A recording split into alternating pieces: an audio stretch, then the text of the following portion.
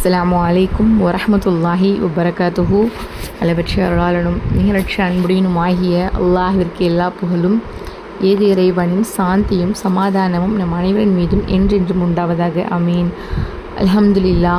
Last வீடியோவில் யாரெல்லாம் எனக்காக துவா செய்யுங்கன்னு கேட்டிருந்தீங்களோ அந்த ஒவ்வொருத்தருக்காகவுமே நாங்கள் துவா செஞ்சோம். எங்களுக்காகவும் நீங்கள் துவா செய்யுங்க. ஒரு முஸ்லீம் இன்னொரு முஸ்லீமுக்காக மறைமுகமாக துவா செய்யும்போது அல்லாஹு தாலா அந்த துவா உடனே கபூல் செய்கிறான். அது மட்டும் இல்லாமல் பக்கத்தில் ஒரு மலக்கு நின்று கொண்டு ஆமீன்னு சொல்லிட்டு அல்லாஹ் இவருக்கு நீ அதே போல் கொடு அப்படின்னு நமக்காக துவா செய்கிறாங்க. விச் மீன்ஸ் நம்ம பிறருக்காக துவா செய்யும்போது மலக்குமார்களுடைய துவா நம்மளுக்கு கிடைக்குது. அதனால் பிறருக்காக அதிகமாக துவா செய்யுங்க. இன்ஷா அல்லாஹ் துவாவின் மூலம் ஒன்றிணைவோம். இன்றைக்கி என்ன பார்க்க போகிறோம் அப்படின்னா, அதாவது சூரியன் உதிக்கிற நாளையே மிக சிறந்த நாள்ன்ட்டு ரசூல்லா சொன்னது வெள்ளிக்கிழமை. அந்த வெள்ளிக்கிழமை நம்ம இருக்கோம். ரமலானுடைய கடைசி வெள்ளி, அதாவது பெருநாள் நம்ம அடைய போகிறோம். ரமலான் முடிய போகுது. அப்போ இந்த வெள்ளிக்கிழமையை நம்ம சும்மா அசால்ட்டாக விட்டுறாமல் நம்ம ஒரு நல்ல ஒரு ஆப்பர்ச்சுனிட்டியை நம்ம பயன்படுத்திக்கணும். ஏன் அப்படின்னா, ரமலான் ப்ளஸ் இந்த வெள்ளிக்கிழமைன்னு வந்தாவே நம்மளுக்கு துவா கபுலாகக்கூடிய ஒரு சிறந்த ஒரு நாள். ப்ளஸ் ரமலான் நம்ம கூட இருக்குது. அப்போ இது எவ்வளோ பெரிய நம்மளுக்கு ஒரு ப்ளஸ்ஸு. அப்போ இந்த நாளில் நம்ம அதிகமாக துவா செய்யணும். இந்த இதை மிஸ் பண்ணிடவே கூடாது. ஃபஸ்ட்டு நம்ம என்ன துவா பற்றி பார்க்க போகிறோம் அப்படின்னா, இம்மை மற்றும் மறுமை இந்த ரெண்டு தேவைக்குமாக. ஏன்னா ஒரு மனுஷனுக்கு இம்மை ரசூலா சொன்னாங்க, இம்மைக்காக மட்டுமே நீங்கள் துவா செய்யாதீங்க, இம்மை நீங்கள் தேர்ந்தெடுத்துக்கிறாதீங்க அப்படின்னு சொல்லியிருக்காங்க. ஏன்னா இம்மை ப்ளஸ் மறுமை இந்த ரெண்டு வாழ்க்கையுமே நம்மளுக்கு அழகாக இருந்துச்சு அப்படின்னாவே நம்மளுக்கு எதுவுமே தேவையில்லை. அப்போ இந்த ரெண்டு வாழ்க்கையுமே இம்மைக்கும் மறுமைக்கும் எந்த துவா போதுன்னா அது ரெண்டுமே சிறப்பாக இருக்குமோ அந்த துவாவை ரசூல் ஸல்லல்லாஹு அலைஹி வஸல்லம் அவங்க அடிக்கடி ஓதிட்டே இருந்திருக்காங்க. அந்த துவா பற்றி தான் இன்றைக்கி நம்ம பார்க்க போகிறோம். ப்ளஸ் இன்றைக்கி வெள்ளிக்கிழமைங்கிறதுனால அதோடு சேர்த்து நம்ம ஸலவாத்து சொல்ல போகிறோம். அது என்ன துவா அப்படின்னா, அல்லாஹும்ம ஸல்லி அலா முஹம்மதின் வ அலா ஆலி முஹம்மதின் அஸ்தக்ஃபிருல்லாஹ் ரப்பனா ஆத்தினா ஃபித் துன்யா ஹஸனத்தன் வ ஃபில் ஆஹிரத்தி ஹஸனத்தன் வ கீனா அதாபன்னார்.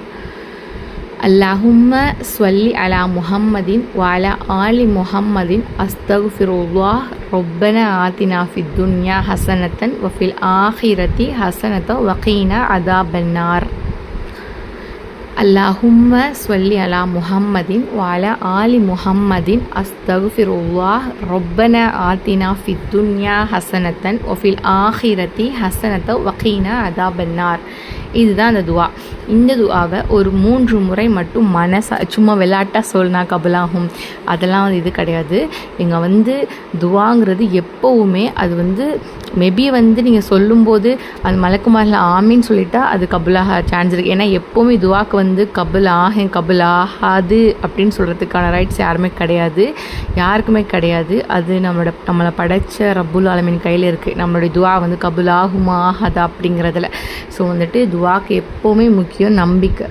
இறைவனை தெளிவான ஒரு நம்பிக்கை வச்சு, இறைவா இந்த துவாவை எப்படியாச்சும் எனக்கு நீ கபுலாக்கி கொடுத்துரு அப்படின்னு அந்த பணிவோடையும், ஒரு சின்ன பிள்ளை எப்படி எல்லாம் ஒரு தாய்கிட்ட அடம்பிடிச்சு கேட்கும், எனக்கு இதை நீ வாங்கி கொடுத்தே ஆகணும் அப்படின்னு சொல்லிட்டு.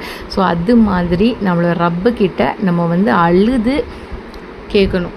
நிச்சயமாக நம்மளுடைய கண்ணீர் அவனுக்கு மறைவானது கிடையாது. நம்ம பொறுமையை இழக்காமல் இருக்கணும். அல்லாஹ் நாடிட்டான் அப்படின்னா நம்ம கேட்ட நொடி பொழுதுலேயே அவன் தந்துடுவான். ஏன்னா நம்மளுடைய கண்ணீர் அவனுக்கு மறைவானது இல்லை, நம்மளோட கண்ணீர் அவனுக்கு தெரியாததுமே இல்லை. ஏன்னாலும் நம்ம அவன்கிட்ட திரும்ப திரும்ப திரும்ப கேட்கணும் அப்படிங்கிறத அவன் விரும்புகிறான். அதனால அதிகமாக அல்லாஹ்கிட்ட கேட்போம். இப்போ நம்ம அல்லாஹ்கிட்ட எப்படி தெரியுமா, இப்போ உள்ள இதில் சொல்கிறேன், நம்ம நம்பிக்கை வச்சுருக்கோம்.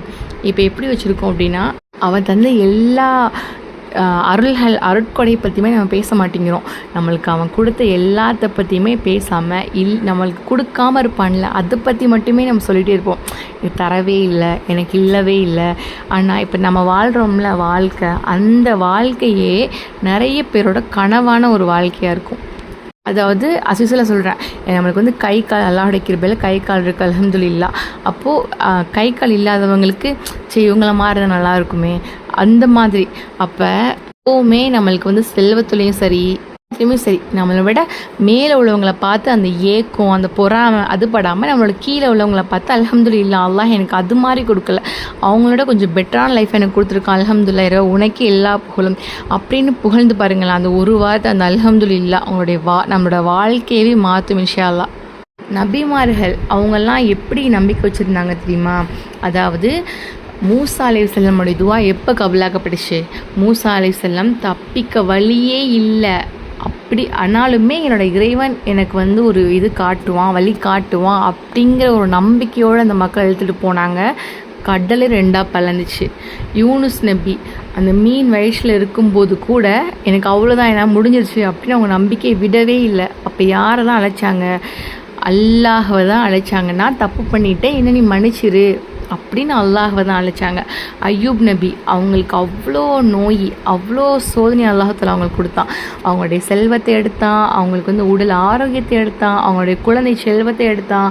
அப்போவுமே அல்லாஹ் மேலே முழு நம்பிக்கை வச்சுருந்தாங்க. அப்போ அவங்களோட துவா கபூலாச்சு. இப்ராஹிம் நபி அவங்கள நெருப்பில் போடுறதுக்கு முன்னாடி அல்லாஹ்தாலா அவங்கள காப்பாற்றலை, அவங்க நெருப்பில் போட்டுட்டாங்க. அந்த போட்டதுக்கு அப்புறமே அந்த இதில் அவங்க அல்லாஹ் மேலே வச்சுருந்த முழு நம்பிக்கையின் காரணமாக அந்த நெருப்பையும் அல்லாஹ் அவங்களுக்கு சலாமத்தாக்கி கொடுத்தான்.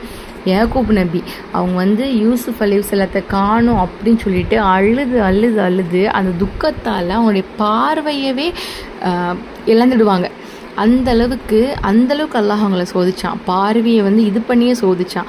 ஆனாலுமே அவங்க வந்து அந்த நம்பிக்கை அல்லாஹ் மீது உறுதியான ஒரு நம்பிக்கையில் இருந்தாங்க. அப்போ அல்லாஹு தஆலா யூசுஃப் நபி அவங்க பார்க்கும்போது அவங்க வந்து அரசனாக இருந்தாங்க.